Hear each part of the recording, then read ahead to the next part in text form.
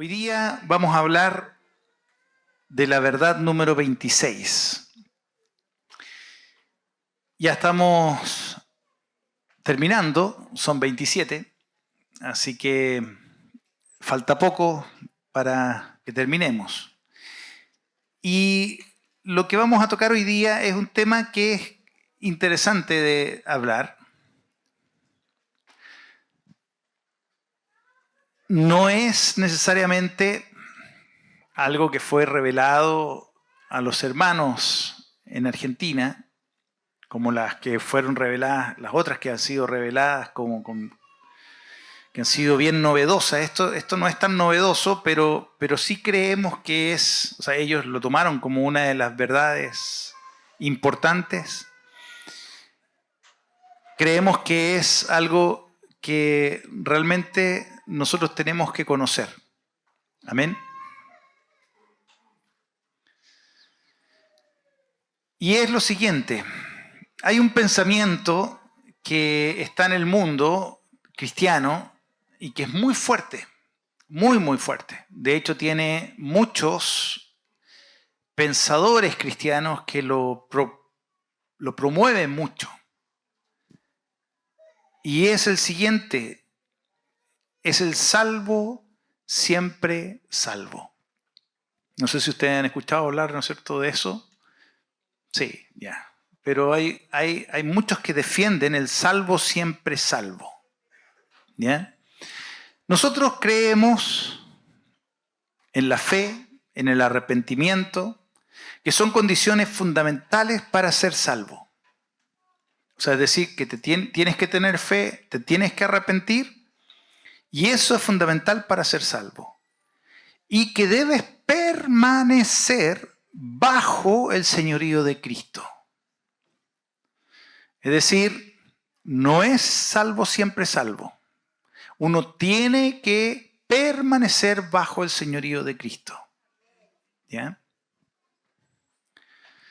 Y esto ha sido motivo de divisiones dentro de la iglesia. No menores, no menores. Ha habido grandes divisiones dentro de la iglesia. Ustedes, si conocen la historia de la iglesia, ustedes saben que en el siglo XVI hubo un monje agustino que era un teólogo que amaba la escritura y leía mucho la Biblia. De hecho, fue castigado muchas veces por sus superiores en el convento por leer la Biblia. Le decían que dejara de leer la Biblia y que se pusiera a leer, ¿no es cierto?, libros de santos, que eso era lo importante. Pero él insistía en leer la Biblia, y cuando comienza el tema de las indulgencias, él ya queda hasta más allá de la coronilla y hace unas tesis. Él era un universitario, así que era una persona, ¿no es cierto?, que estudiaba teología, y pone, ¿no es cierto?, 95 tesis en la puerta de la Catedral de Wittenberg. Ahora, ¿por qué lo hizo así? Porque la puerta de la catedral era como el diario mural de la universidad.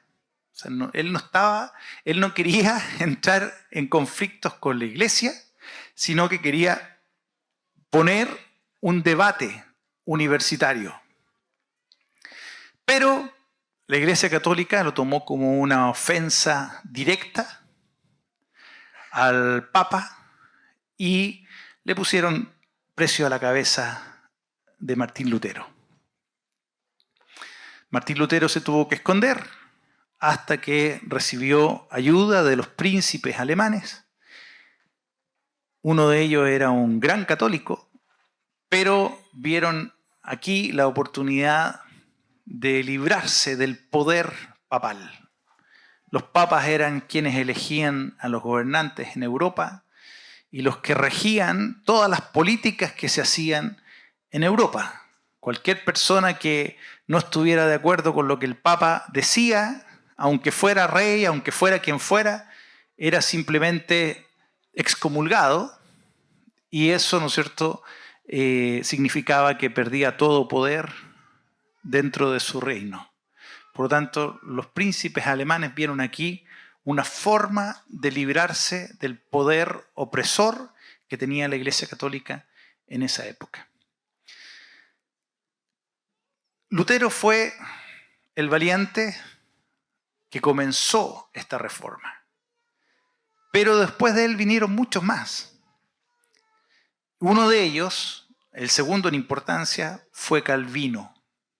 Calvino, él fue nombrado sacerdote a los 7 años. Claro, porque resulta que el papá pagó, ¿no es cierto?, para que le dieran una iglesia. Entonces se contrataba un curita que atendía a la iglesia, pero todos los diezmos y ofrendas que recibía la iglesia iban, ¿no es cierto?, para Juan Calvino. Y así, ¿no es cierto?, él vivió una vida muy tranquila, tenía, ¿no es cierto?, una iglesia que la mantenía, y se fue a estudiar teología a Francia, y en Francia conoció a los luteranos, y él se convirtió al cristianismo con esta visión de Lutero.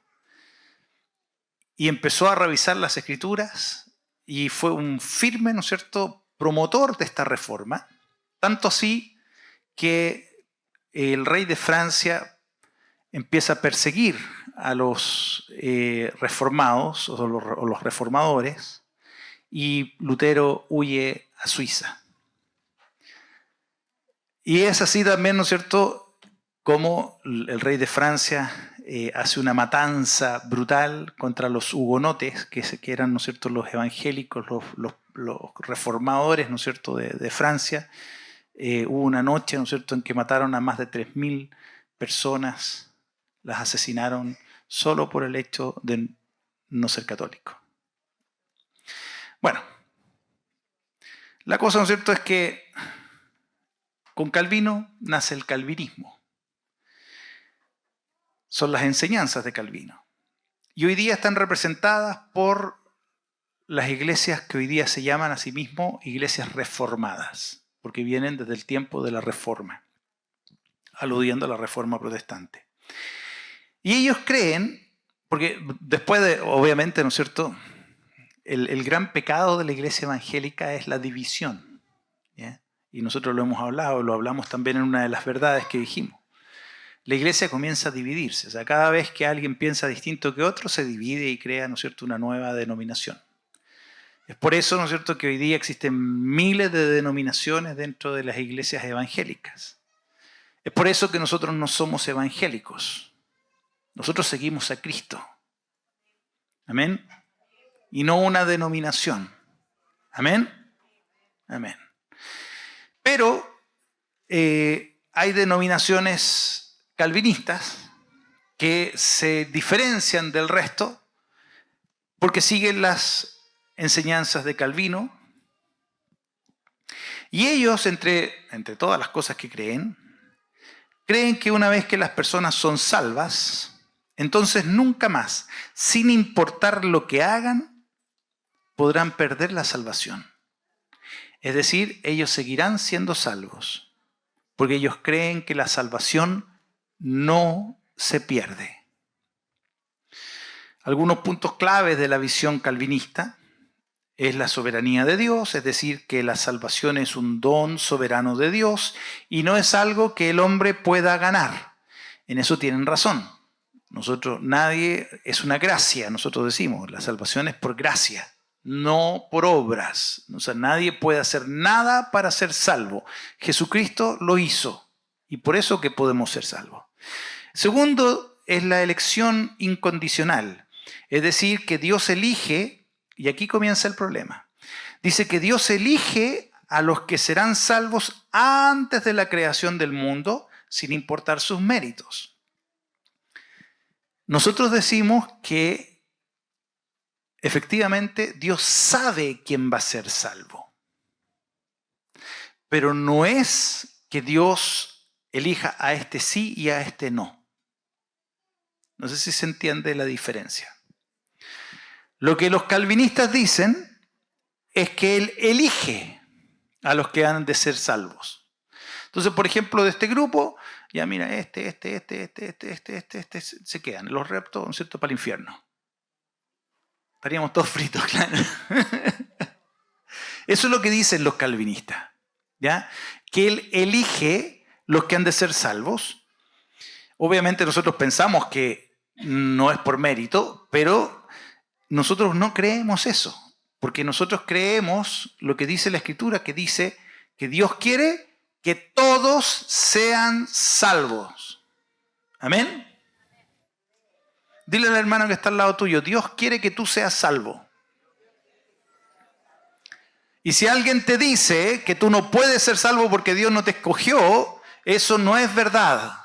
Porque Dios quiere que tú seas salvo, quiere que todos seamos salvos, quiere que las personas que están afuera, todos sean salvos. Quiere que no importa lo que hayan hecho, aunque hayan perseguido el cristianismo, Dios quiere que sean salvos. Tercero, la perseverancia de los santos. Los calvinistas dicen que aquellos que Dios elige son guardados por su poder y no pueden perder su salvación. Es decir, Dios elige al que quiere y el que quiere, haga lo que haga, no puede perder su salvación. Y es complejo, porque eso hace que uno diga, bueno, si ya soy salvo, entonces da lo mismo lo que haga, estoy al otro lado. Pero no es así. Ahora, ellos dicen que no es licencia para pecar. También lo dicen, o sea, no es que tampoco sean tan así descarados como para decir, no, pequen nomás porque no hay problema. Ellos dicen que no es licencia para pecar.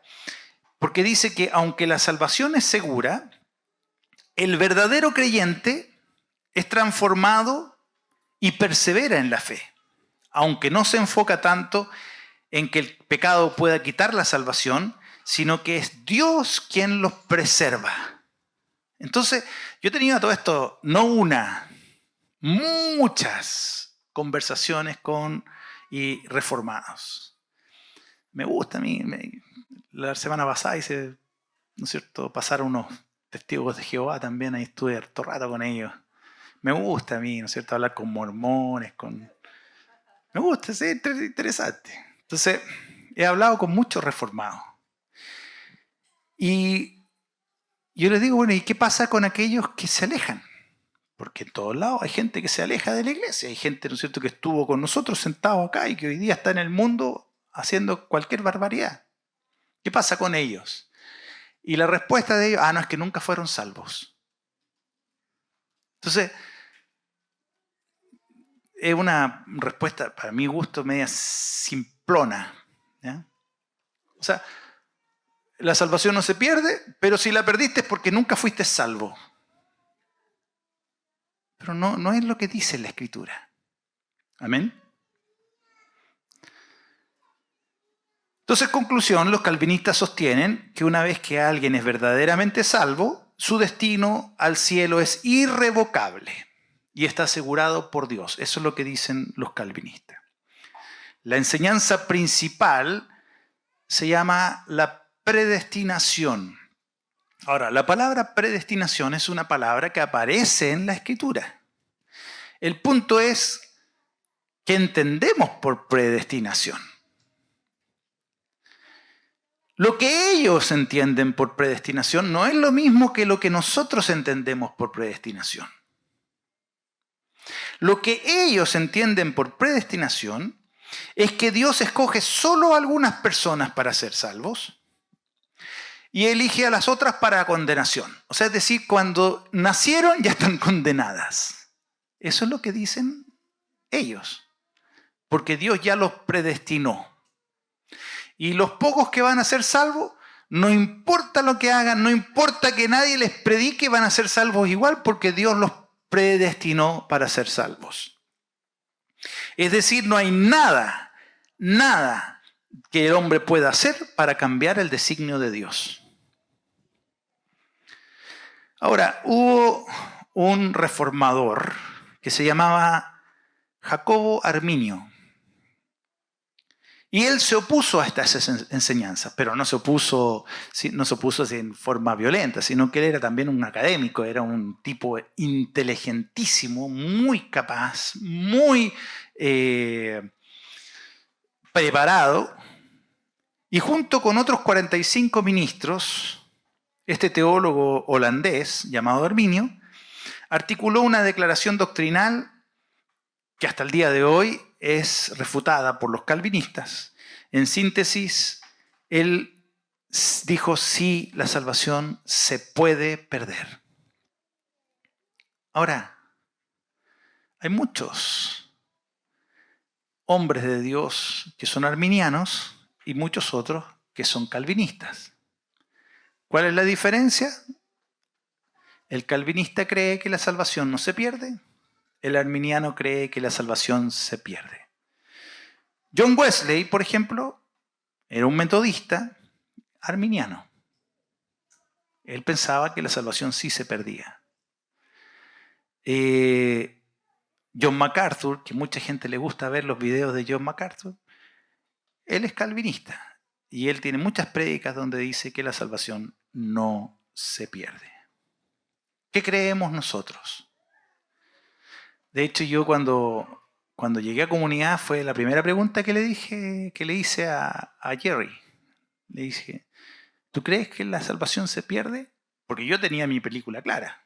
O sea, yo nunca he creído que la salvación no se pierde. Entonces, cuando llegué a comunidad, estamos hablando del año 90, 92, 93, le dije a Jerry, le dije: bueno, ¿la salvación se pierde o no se pierde? Y me dijo: no, sí, la salvación se pierde. Ahora, no es que se pierda por cualquier cosa. No es que no devolviste un vuelto de 1.000 pesos y te perdiste y te fuiste al infierno. No es que, o sea, hay muchas cosas, ¿no es cierto?, que tú puedes hacer, ¿no es cierto?, que no necesariamente, ya vamos a explicar esto, ¿no es cierto?, no por cualquier cosa uno se pierde. Pero sí, ¿no es cierto?, la salvación se pierde. Y ahí me explicó, porque yo le dije: oye, pero es que los gringos todos piensan que la salvación no se pierde. Y me dijo: no creas, me dijo. Los que creen eso son muy pocos. De hecho, en Chile, el 80% de las iglesias en Chile son pentecostales. Y los pentecostales siempre han creído que la salvación sí se pierde. Los que no creen que se pierde son los calvinistas. Por ejemplo, las iglesias como la presbiteriana, los bautistas, los asambleístas, la Alianza Cristiana Misionera. Ese tipo de iglesias son los que creen que no se pierde, pero son las minoritarias en general. ¿Qué pensamos nosotros? Pese a que varios hermanos en Argentina venían de estas corrientes reformadas, por lo tanto calvinistas, cuando recibieron el bautismo en el Espíritu Santo, ellos comenzaron a estudiar la Biblia a la luz del Espíritu y entendieron que la Biblia sí hablaba de que el Evangelio se pierde. O sea, la salvación se puede perder. En lo particular, yo he leído, como decía, muchos libros de hombres que aman profundamente al Señor y que creen que la salvación no se pierde. Y algunos están tan seguros que han escrito muchos libros al respecto. Yo he leído muchos de esos libros, no todos obviamente, son miles, pero he leído libros al respecto. Y les cuento que por más que leo esos libros, no importa cuánto lea, no me logran convencer, porque la palabra para mí es tan clara que no sé por qué todavía, ¿no es cierto?, insisten e insisten si la palabra habla de otra cosa. Muchos calvinistas dicen que cuando una persona se aleja de Dios es porque nunca fue salvo, como dije. Y si alguno realmente fue salvo, entonces no importa lo que llegue a ser porque seguirá siendo salvo. Los calvinistas creen que nosotros no participamos en nada respecto de la salvación. Que no podemos hacer nada para ser salvos y no podemos hacer nada para perder la salvación. Tanto nuestro pasado como nuestro futuro están dentro de la gracia de Dios. La frase salvo, siempre salvo, no es una frase que encontramos en ninguna parte de las Escrituras. ¿Qué significa ser salvo? El objetivo de la salvación es que el hombre sea libre de todo pecado y de las consecuencias del pecado.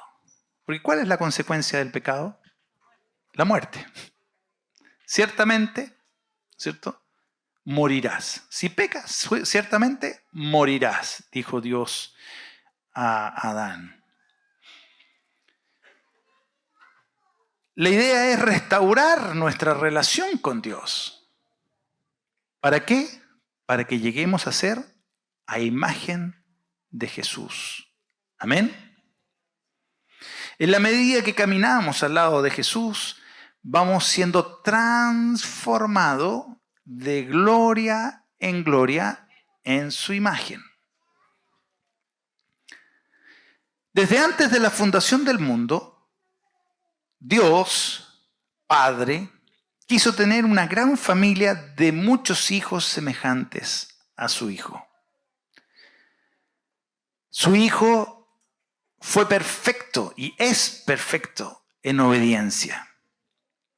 Y lo mostró cuando estuvo entre nosotros, aún en medio de todas las tribulaciones que tuvo que vivir.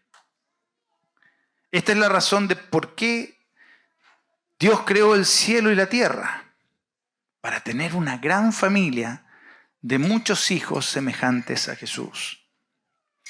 Vemos entonces que Jesús crea un mundo nuevo, sin pecado, sin contaminación, sin guerras.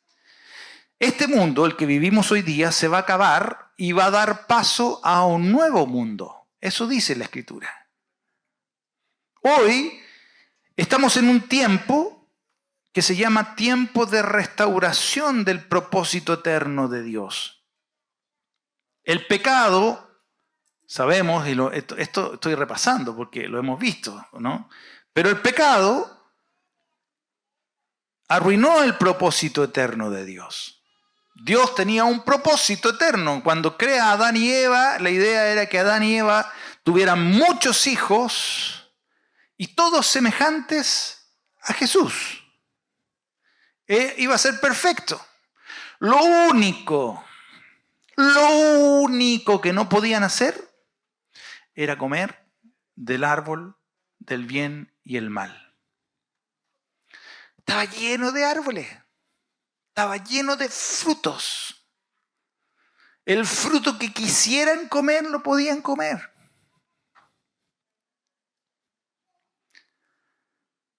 Yo siempre digo, y la Pame se ríe, pero yo habría puesto una reja electrificada con alambre púa, con perros, con minas antipersonales. Aléjese de aquí, ni lo mire. Mi abuelo decía así, ni lo mire.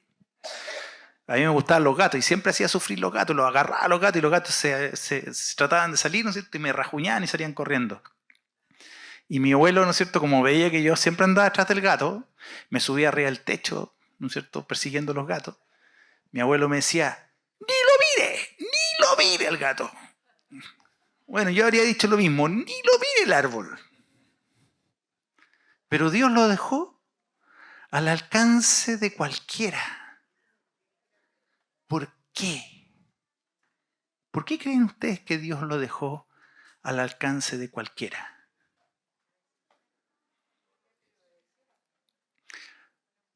Porque si nos hubiera prohibido entrar y nos hubiera puesto, ¿no es cierto?, una restricción, por más que lo hubieran querido tomar, no habrían podido.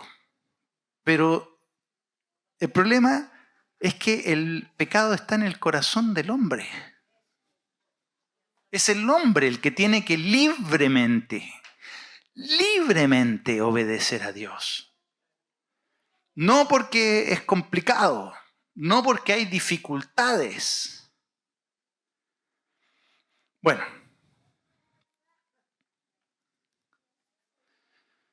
como dije, el pecado arruinó el propósito de Dios y Dios tuvo que enviar a su Hijo para que por medio de su sacrificio nos diera ejemplo y nos permitiera ser parte de este propósito. La salvación, queridos, es inmediata, pero también es un proceso. ¿Ya? O sea, en el momento en que nosotros reconocemos que Jesús es nuestro Señor, somos salvos. ¿Amén? Pero seguimos mintiendo, seguimos deseando a la mujer del prójimo, seguimos enojándonos, seguimos teniendo envidia. La Biblia habla del viejo hombre, que hay que crucificarlo. Y cuando creemos que ya está crucificado, el Señor nos muestra que todavía nos falta, pero todavía como 1000 kilómetros más para adelante. Por eso digo que la salvación es inmediata, pero también es un proceso que toma tiempo. Es como el que quiere ser médico. Cuando el chico entra, ¿no es cierto?, da la prueba y entra a medicina, todo el mundo feliz, porque va a ser médico.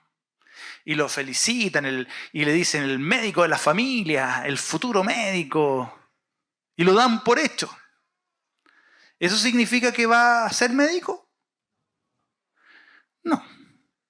Primero tiene que entrar a la universidad, tiene que quemarse las pestañas, tiene que estudiar, tiene que sacrificar. Yo estudié ingeniería comercial y me acuerdo que los compañeros que estudiaron medicina, uno no los veía durante el año. Había cumpleaños y íbamos todos, pero los que estaban estudiando medicina no iban, porque estaban estudiando. O sea, se tenían que sacrificar. Bueno, el que estudia va a terminar como médico.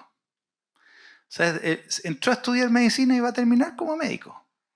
Pero para eso tienen que estudiar y tiene que terminar. Nosotros somos salvos, pero tenemos que terminar la carrera. ¿Amén?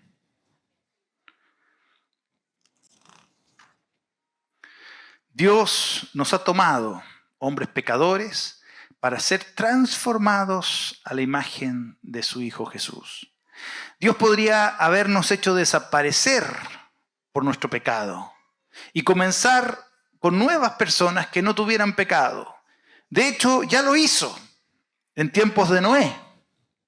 Dice que se aburrió del pecado del hombre. Llegó hasta el extremo y no aguantó más y eligió a un hombre llamado Noé para que comenzara una nueva raza de seres humanos. Y todos los que vivían en ese tiempo murieron. ¿Y cómo murieron? Ahogados. Pero Dios comenzó con una nueva familia. La familia de Noé, con su esposa, sus hijos, sus nueras. Sin embargo, dice que también ellos fallaron, también pecaron. Porque alguno, ¿no es cierto?, se enoja y dice, oye, pero ¿cómo en la Adán? Pucha, por culpa de Adán estamos aquí pelando el ajo. Pero no solamente por culpa de Adán, porque le dio una nueva oportunidad a Noé y hizo exactamente lo mismo.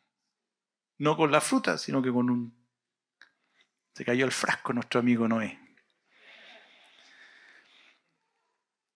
Y así, ¿no es cierto?, es interesante ver que por más que el hombre peca, Dios no ha desechado nunca el plan original. Pero hizo las cosas diferentes. En un comienzo Dios creó la tierra, puso al hombre en ella, pero ahora está creando nuevas criaturas a la imagen de Dios para tener esta familia y ponerla en la tierra y después ponerlas en esta nueva tierra que va a crear. John Gottfriedson nos hablaba, ¿no es cierto?, de los 3 estados de la salvación, en la cura del alma. Dice que somos libres del castigo del pecado, por eso fuimos justificados. Que somos libres del poder del pecado, lo que llamamos santificación. Y por último, somos libres de la posibilidad de pecar, esa es la glorificación. Todavía no somos libres para eso, todavía podemos pecar. No es que el pecado nos domine, pero nosotros todavía podemos pecar. Aunque el pecado no nos domina, todavía podemos pecar. Entonces nosotros comenzamos a ser salvos cuando conocemos al Señor y aceptamos el señorío de Cristo en nuestras vidas. Pero como dice Pablo, tenemos que decir, no es que lo haya alcanzado ya. ¿Amén? ¿O alguno lo alcanzó? No, todavía no lo hemos alcanzado. Si vemos nuestra propia vida, podemos ver que aún no somos perfectos. Casi. Nuestros hijos cuando son chiquititos nos ven perfectos. Pero cuando empiezan a crecer se empiezan a dar cuenta que no somos perfectos. Pero también podemos decir que no somos lo que éramos antes. Amén. O sea, el Señor nos ha sacado de un pozo profundo. Y si bien no hemos llegado al final, pero hemos dejado harto barro atrás. Dios, queridos, ha hecho un tremendo trabajo en nuestras vidas. Espiritualmente, para Dios somos santos, porque fuimos lavados por la sangre del Cordero. Pero tenemos que ir diariamente a los pies del Señor para seguir confesando nuestros pecados, porque pecamos a diario, y volver a ser restaurados por el Señor mientras estamos en este proceso de santificación. Pero Dios va a terminar este proceso. Y cuando lo termine vamos a ser completamente salvos. Filipenses 1:6 dice, Pablo dice, estando convencido precisamente de esto, que el que comenzó en ustedes la buena obra, la perfeccionará hasta el día de Cristo Jesús. Es la obra del Señor en tu vida. El Señor te perfecciona. Por eso que a veces, y esto es interesante, porque a veces, ¿no es cierto?, hay gente que dice, Señor, dame paciencia. Y el Señor le tira un problema, ay, ¿por qué tengo este problema? Porque tú le pediste paciencia. ¿Cómo te va a enseñar paciencia si no tienes problemas reales, de verdad? ¿Amén? ¿Cómo vas a perdonar si no tienes a quién perdonar? Te tienen que ofender para poder perdonar. Señor, quiero perdonar a todo el mundo. Y te hacen unas, pero que son de calibre. Y Señor, ¿por qué permitiste esto? Porque tú me dijiste que querías aprender a perdonar. ¿Cómo vas a aprender a amar al enemigo si no tienes enemigos? Es re fácil amar al enemigo cuando tú eres el popular del colegio, y todo se te va fantástico. Pero cuando realmente tienes enemigo, o un jefe de esos, yo tuve un jefe de esos, pero como digo siempre, yo sabía que ese jefe lo tenía porque el Señor me lo había mandado para perfeccionarme. Entonces nada es al azar para los hijos de Dios. Todo sucede para bien de aquellos que aman al Señor, los que han sido llamados conforme a su propósito. Amén. ¿Puedo entonces interrumpir el proceso que está llevando el Señor de salvación en mi vida? ¿Puedo retrasar el proceso? ¿O puedo detener el proceso? O dicho de otra manera, ¿puedo perder la salvación? Pablo nos asegura, aquí en Filipenses 1:6, que la salvación está completa. Dice que no nos asegura que la salvación está completa, sino que dice que él tiene confianza en que el Señor la completará. Como el papá. No, mi hijo entró a estudiar medicina y yo sé que va a terminar como médico. Lo único que puede impedir que el chico sea médico es que decida no serlo.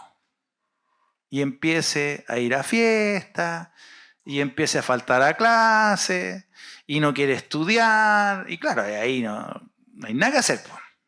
Amén. Bueno, acá pasa algo parecido. Dios nos dio el don de la salvación. Pero nosotros podemos rechazar la salvación.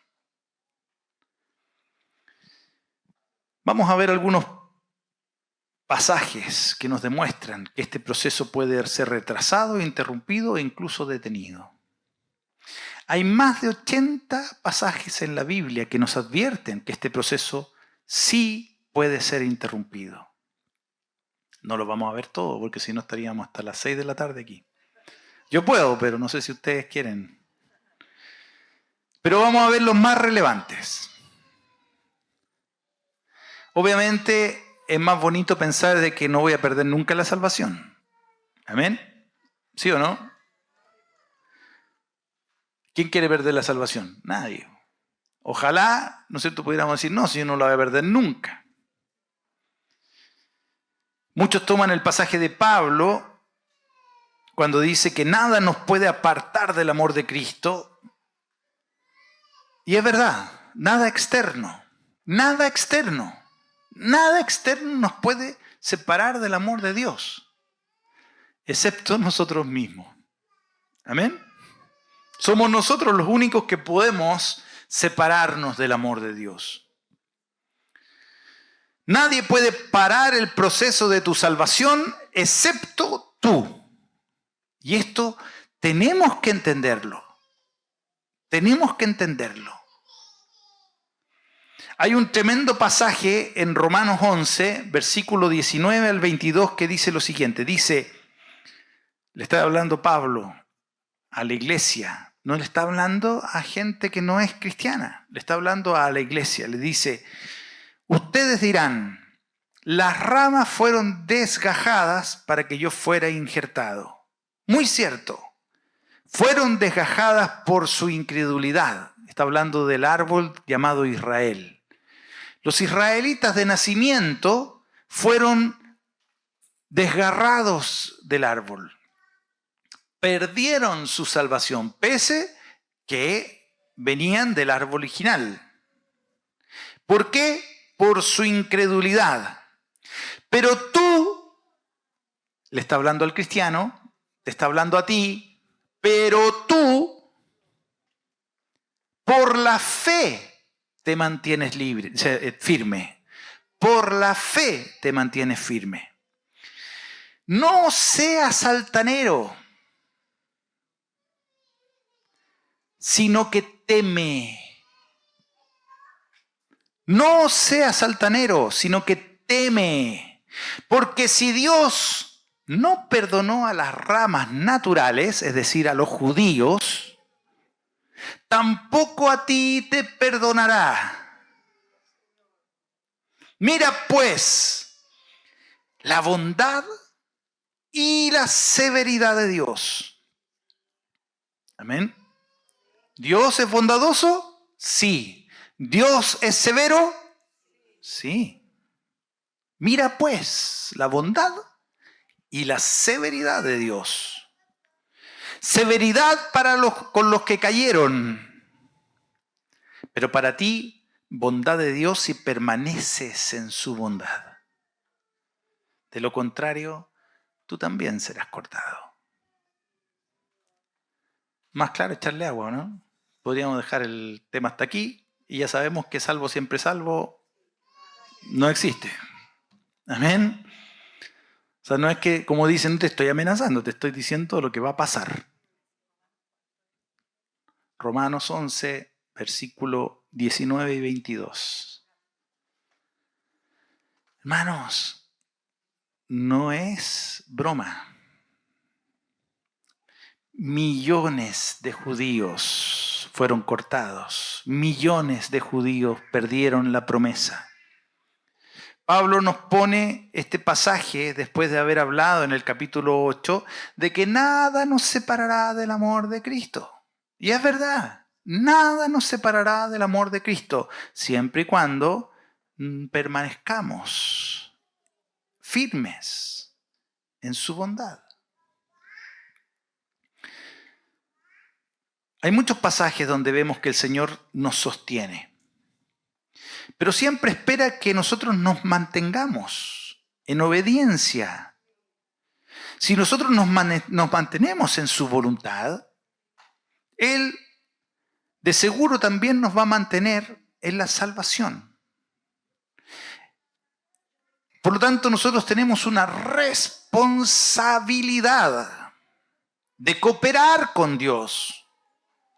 Es verdad, nadie puede ganar por obras la salvación, pero una vez que la ganaste, debes mantenerte en la fe en el Señor.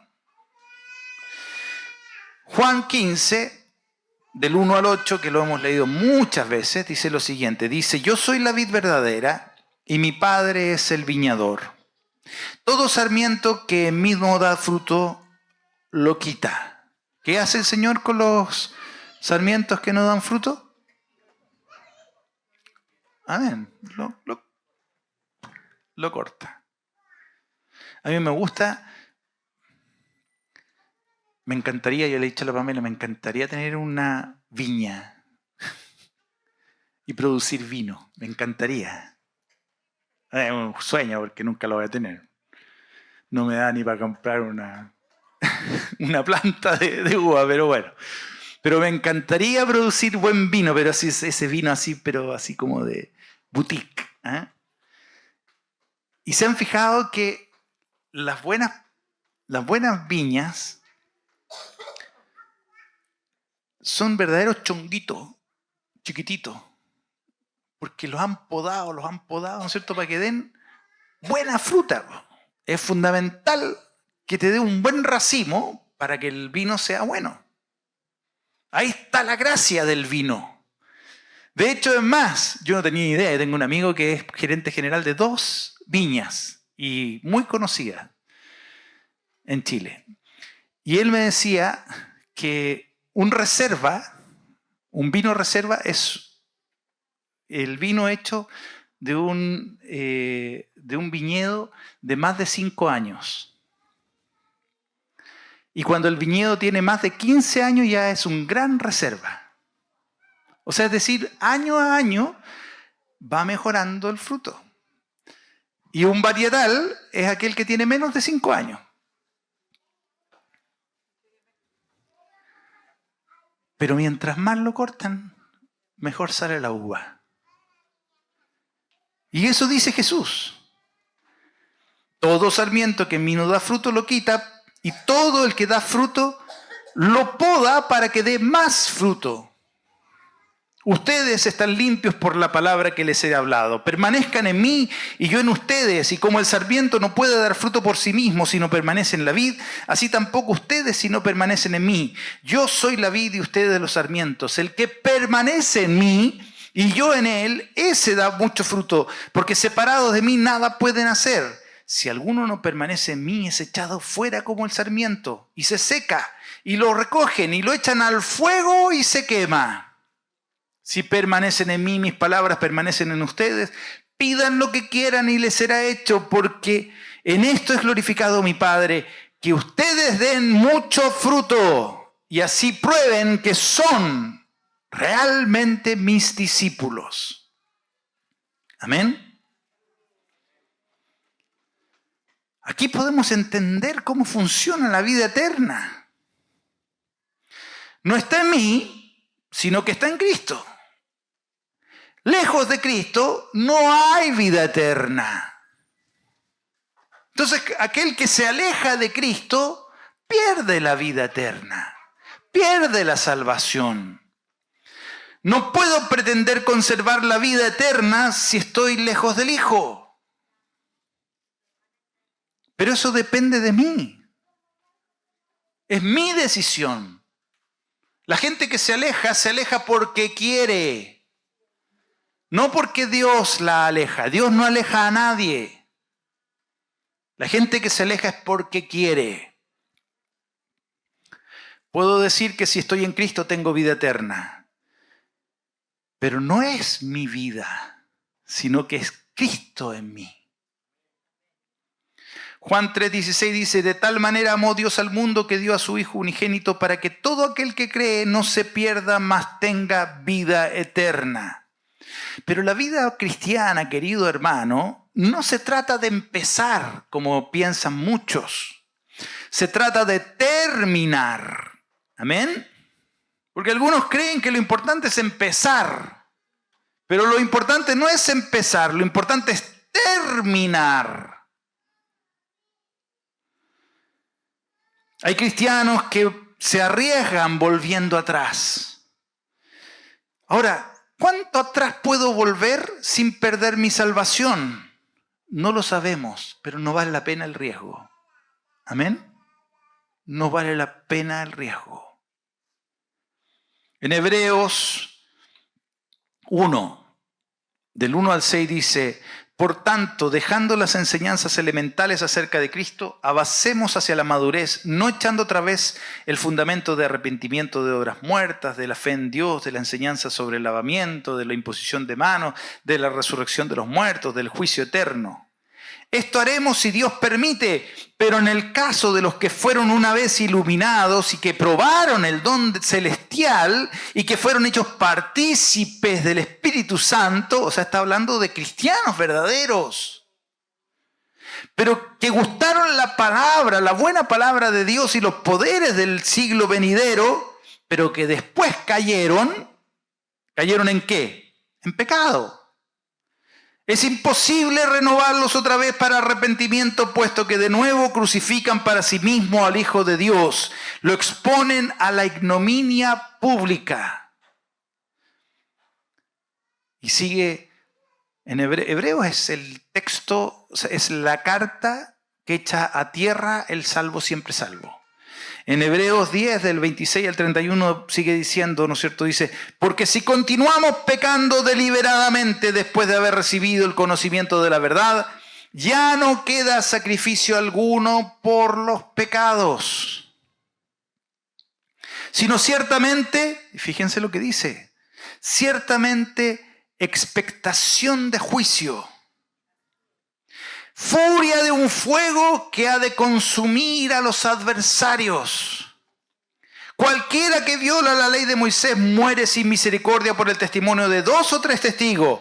¿Cuánto mayor castigo piensan que merecerán el que ha pisoteado bajo sus pies al Hijo de Dios y ha tenido por inmunda la sangre del pacto por la cual fue santificado y ha ultrajado al Espíritu de gracia? Pues conocemos al que dijo: mía es la venganza, yo pagaré. Y otra vez dice: el Señor juzgará a su pueblo.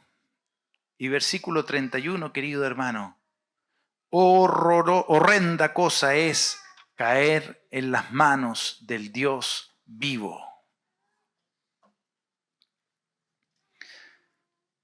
Pedro, que era muy amoroso, escribió en su segunda carta, capítulo 2, versículo 20-21. Porque si después de haber escapado de las contaminaciones del mundo por el conocimiento de nuestro Señor y Salvador Jesucristo, de nuevo son enredados en ellas y vencidos por el pecado, su condición postrera viene a ser peor que la primera. Pues hubiera sido mejor para ellos no haber conocido nunca el camino de la justicia, que habiéndolo conocido apartarse del santo mandamiento que les fue dado. ¿Se fijan? Qué terrible. Es fundamental entender que el temor de Dios no es algo del Antiguo Testamento. Que el Dios del Antiguo Testamento, que dice que es fuego consumidor, también sigue siendo fuego consumidor en el Nuevo Testamento. Aquellos que conocemos la palabra sabemos que el infierno es el lugar donde irán todos aquellos que no tienen temor de Dios. Por lo tanto, no hay nada más saludable que el temor de Dios. Más saludable que el vinagre de manzana o que el aceite de pescado o que la lechuga. Lo más saludable que existe es el temor de Dios. Amén.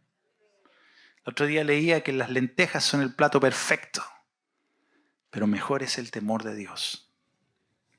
Amén. Hay ciertos temores que son saludables.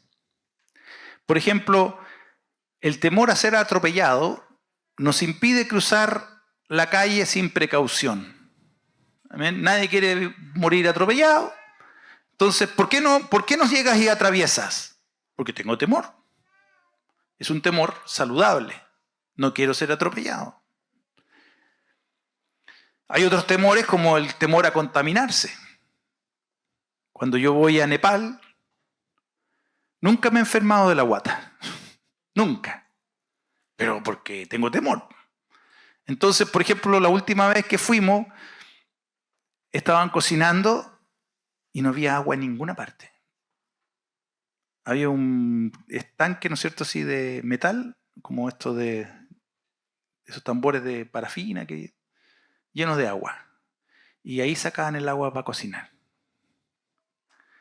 Y yo dije, no como. No como. La primera vez que fui vi a unos daneses, suecos, que se estaban yendo por el baño. Y dije, no, a mí no, esto no me va a pasar. Entonces me cuido. Me cuido donde como, ¿no es cierto? Veo cómo preparan. Siempre me sirven agüita. Yo les he contado que la cisterna de agua generalmente está al lado del baño y las capas, ¿no es cierto? Ustedes saben que se mezclan abajo. Claro, a ellos no les hace nada porque están acostumbrados. Nacieron desde guaguitas que toman esa agua. Pero yo no. Entonces me cuido. Temor. Eso es temor. Pero es un temor sano. ¿Amén? No es un temor insano, es un temor sano.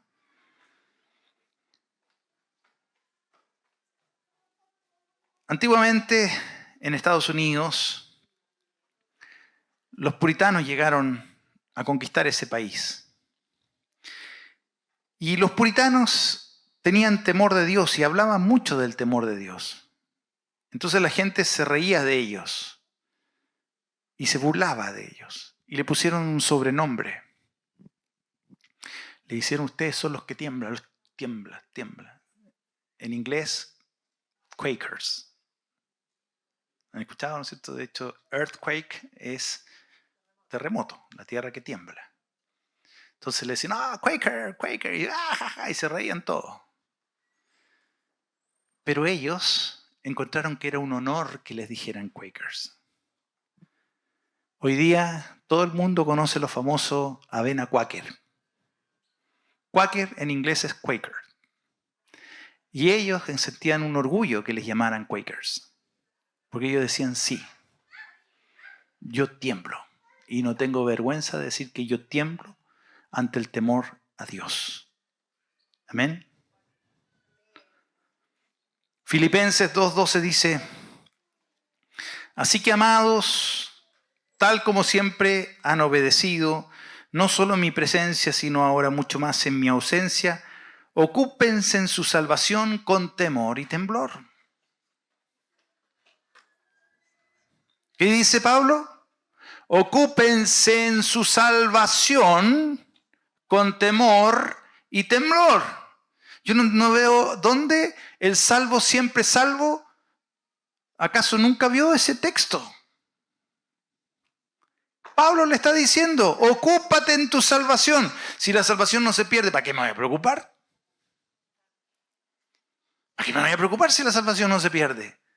Pero Pablo no dice eso. Pablo dice, ocúpate en tu salvación con temor y temblor. Porque Dios es quien obra en ustedes tanto el querer como el hacer para su beneplácito. Si tenemos temor y temblor, es porque Dios está haciendo su obra en nosotros. Este no es un mensaje que la gente quiera oír, como dije, pero es uno que necesitamos oír.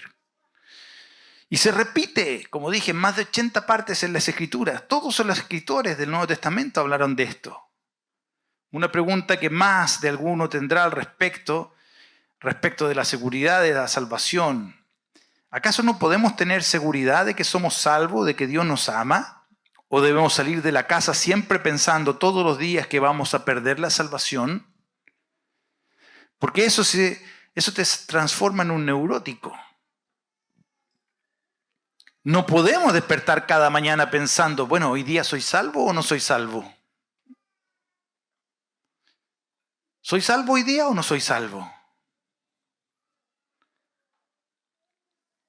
Dios está seguro de que va a terminar su obra en ti. El problema es que debemos saber también qué es lo que Dios nos asegura. Algunos creen que acercándose a Dios es como tomar una póliza de seguro. Hay gente que toma una póliza de seguro y anda como loco en el auto y dice, no, si total el auto está asegurado. Sí, pero el choque te puedes morir igual, ¿o no? Aunque el auto esté asegurado, te vaya a morir igual.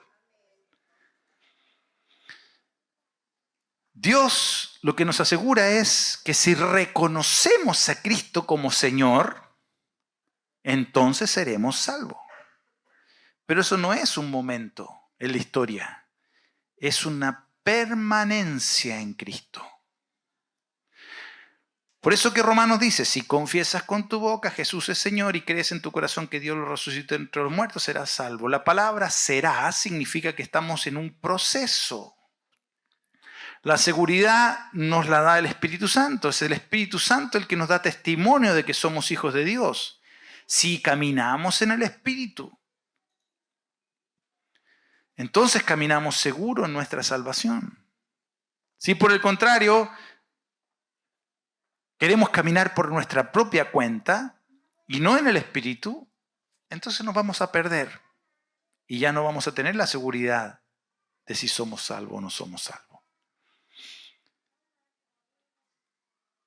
Es el Espíritu Santo nuestro testigo, el que da testimonio de nuestra salvación.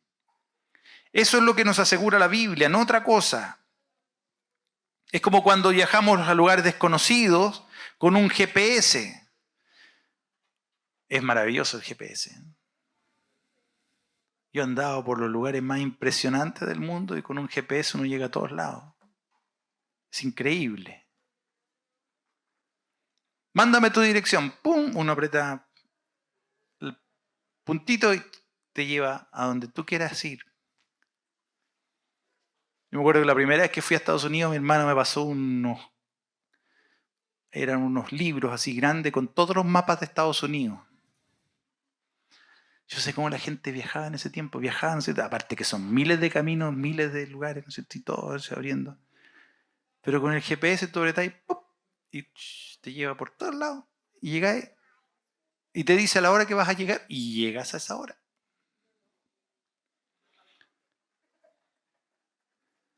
Pero es el Espíritu Santo el que nos indica a nosotros el camino. Viajamos seguro y llegamos a destino.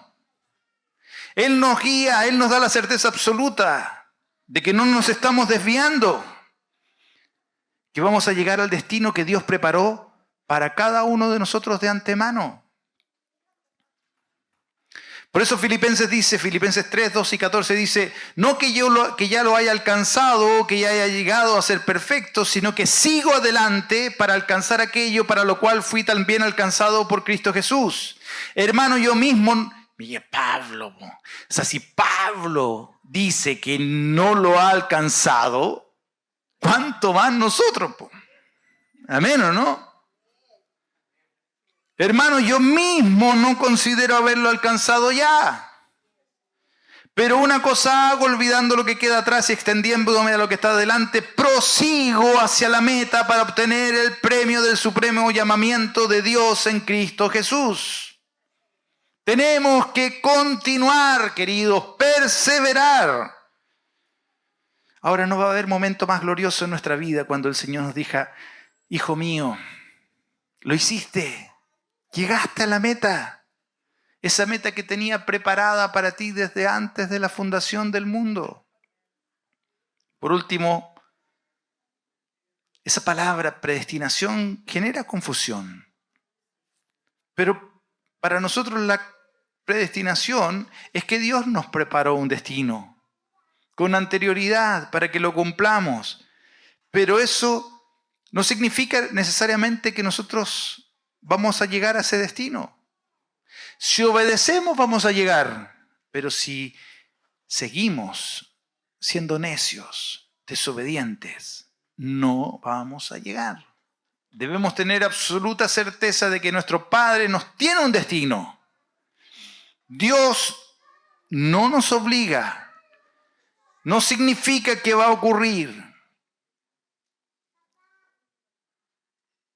pero significa que sí podemos llegar. Con Cristo, con el Espíritu Santo, perseverando, siendo obediente, teniendo temor de Dios. Por eso en Hebreos 10:23 dice, mantengamos firme la profesión de nuestra esperanza sin vacilar, porque fiel es aquel que lo prometió. Amén. Pongámonos de pie, queridos hermanos. Señor,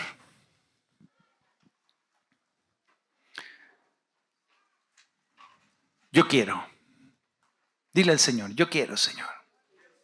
Yo quiero obedecerte. Yo quiero permanecer en la vid verdadera. Yo quiero hacer tu voluntad. Yo quiero llegar a la meta, Señor. Yo quiero ser fiel. Quiero tener temor para no alejarme, para no desviarme, para no darle ninguna instancia al enemigo de que me robe lo que tú me has dado, Señor. Ayúdame, Señor. Ayúdame, Dios. No permitas que me desvíe ni a izquierda ni a derecha. No permitas, Señor, que yo, Dios Todopoderoso, deje de luchar cada día, Señor, de prepararme cada día por medio de tu palabra, por medio de tu presencia, por medio de la oración, por medio, Señor, de mis hermanos, de la iglesia, del discipulado, Señor.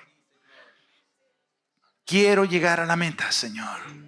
Quiero que todos lleguemos a la meta, porque tú quieres que todos seamos salvos.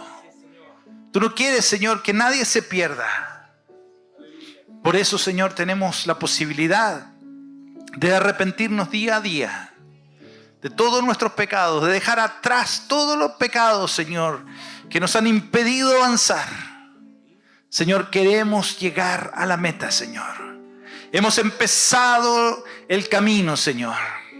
Y es un camino que a veces se torna largo y tedioso. Sin embargo, Señor, es el camino de salvación. Es el camino, Señor. El día de mañana vamos a estar en el cielo, en la eternidad, y vamos a decir, qué corto fue el camino. Ahora lo vemos, Señor, estrecho. Vemos que la puerta es estrecha y que ancho es el camino de la perdición. Sin embargo, Dios Todopoderoso, tú nos has equipado con todo lo que necesitamos. No hay nada, Señor, que nos pueda separar del amor de Cristo. Lo único que tenemos que decir es, heme aquí. Yo quiero, Señor. Yo quiero llegar a la meta en el nombre de Jesús. Amén.